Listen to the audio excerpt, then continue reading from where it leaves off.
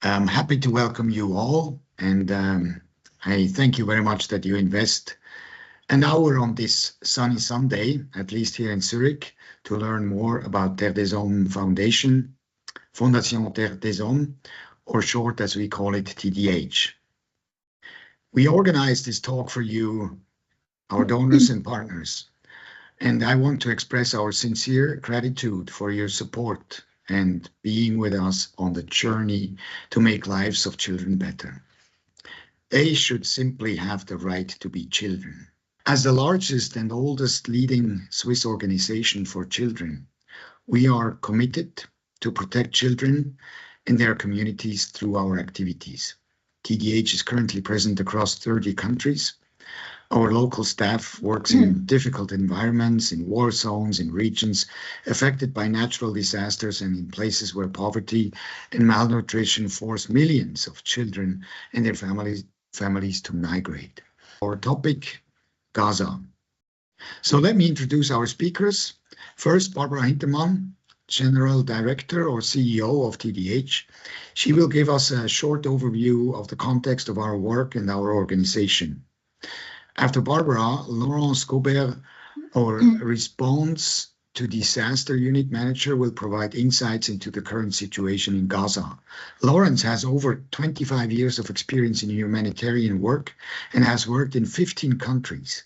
She is specialized in forced displacements, man-made and natural disaster, food crisis, as well as epidemics. She will talk about our emergency response efforts in the situation we are facing on the ground. She was in Gaza during the ceasefire and explains why the support of partners is so important, partners like you. So Barbara, the floor is yours. I also would like to welcome you to this presentation, and I'm very pleased to be here today with you. So I will give you, as Martin said, a little overview, although many of you probably know all this, but sometimes it's good to visualize it once more. So we are supporting children and promoting the UN Convention on Children's Rights since 1960. We have about 5 million beneficiaries per year, and among them 65 are children. So we do also support, of course, mothers, families, and the communities around the children. Martin said already we are the largest Swiss organization on children's rights, working in about 30 countries around the globe. I will show you afterwards a map so that you can see where we are currently present. All over, we are about 2,300 staff members. Very important, we do not work alone, and we have done that for a long time already. This is not new to TDH, to Terre des Hommes. We are working with local partners wherever it is possible. This helps also that we provide sustainable support. The whole sector is facing a decrease of international cooperation funding. So it's not only the US funding, there are various, unfortunately and regrettably, various European countries decreasing their cooperation budget, mainly, but not only, linked to the increase of the military budget, the defense budget. So you see some figures here that are very worrying.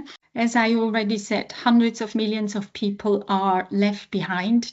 The South will certainly feel like being abandoned. I believe there is a high risk of social tensions.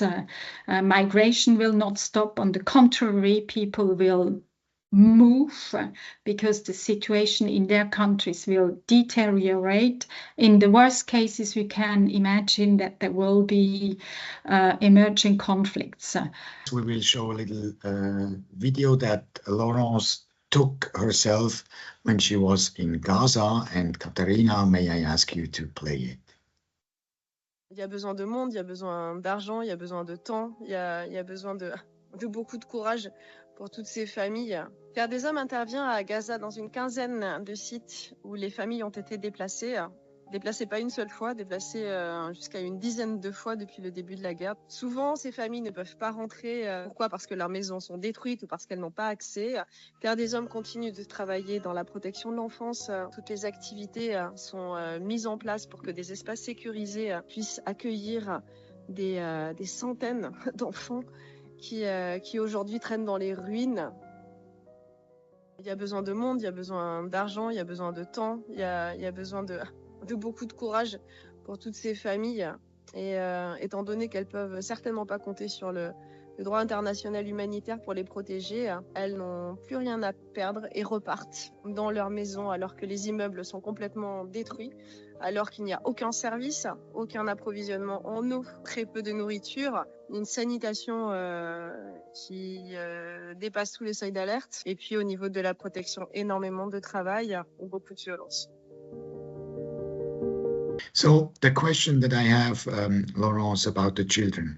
First, what do we actually do with the children? Identify smaller groups of 20-25 children that can enter in the tent or in the makeshift shelter to do more structured activities. And then bit by bit, we can detect the children that are most at risk or that are severely traumatized or that needs an individual support so that we can do some case management with them, so that we can link them also better to the parents, explain to the parents maybe how they could deal with them through our psychologists, caseworkers, facilitators that are all the day playing and interacting with these children.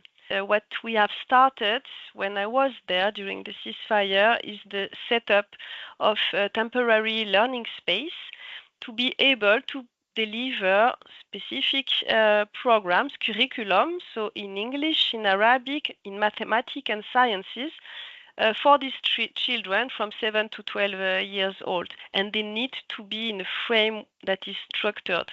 If they are just like this and in the rinse and in the garbage and not doing anything, they just want to fight. And it's only violence, violence, war, and violence. So we need to take them out from this cycle and to go back to school, to go back to a structured system and specifically education, so that they continue to think in something that is allowing them to grow, in fact. Do you have anything that you want to tell our attendees? I would like that this crisis doesn't become forgotten, because for now there is not a lot of attention, I think, compared to the huge needs and the immensity of the needs that have this population in Gaza. And of course, if we can do more, we would like to do more with new projects. So of course, we need your support, because without money, we cannot do anything. And first of all, I would like to thank you all for your support and hopefully continued support. We have currently a huge challenge in regard to the international aid system. You have followed it as you are interested in these topics, you know. And I think the perspectives coming from more money from institutional donors is at this stage not. They are not very positive.